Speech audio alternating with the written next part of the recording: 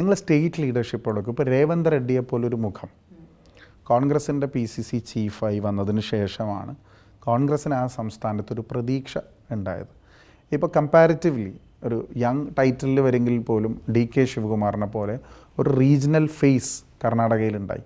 അതുപോലെ പല സംസ്ഥാനങ്ങളിലും യങ് ആയിട്ടുള്ള ആളുകൾ, ചില ആളുകൾ BJPയിലേക്ക് പോയി എന്നുള്ളത് യാഥാർത്ഥ്യമാണ്. പക്ഷെ ഒരു സെക്കൻഡ് ലൈൻ ഓഫ് ലീഡർഷിപ്പിന് ഇനിയെങ്കിലും ഇത് കൈമാറിയില്ല എങ്കിൽ, ഈ ഉത്തരവാദിത്തങ്ങൾ നൽകിയില്ല എങ്കിൽ, അവരെ വിശ്വാസത്തിലെടുത്തില്ല എങ്കിൽ സ്വാഭാവികമായിട്ടും കോൺഗ്രസ് അവിടെ എല്ലാം തിരിച്ചടി നേടും. നമ്മൾ ഓരോ സ്റ്റേറ്റിൽ നമ്മൾ പുറത്തുനിന്നുള്ള ആളുകളല്ല കൊണ്ടുവരേണ്ടത്.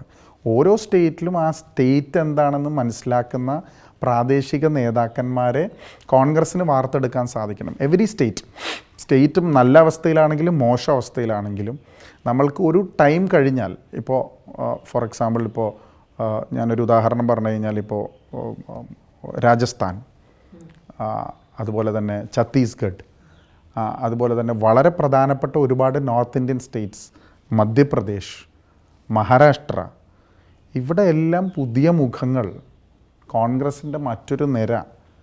ഇനി പാർലമെൻ്ററി രംഗത്ത് മാത്രമല്ല ഞാൻ പറഞ്ഞത്, ഓർഗനൈസേഷണലി അവരെ കൊണ്ടുവന്നെങ്കിൽ മാത്രമേ ഇനി നമ്മൾക്ക് മുന്നോട്ട് പോകാൻ സാധിക്കുകയുള്ളൂ.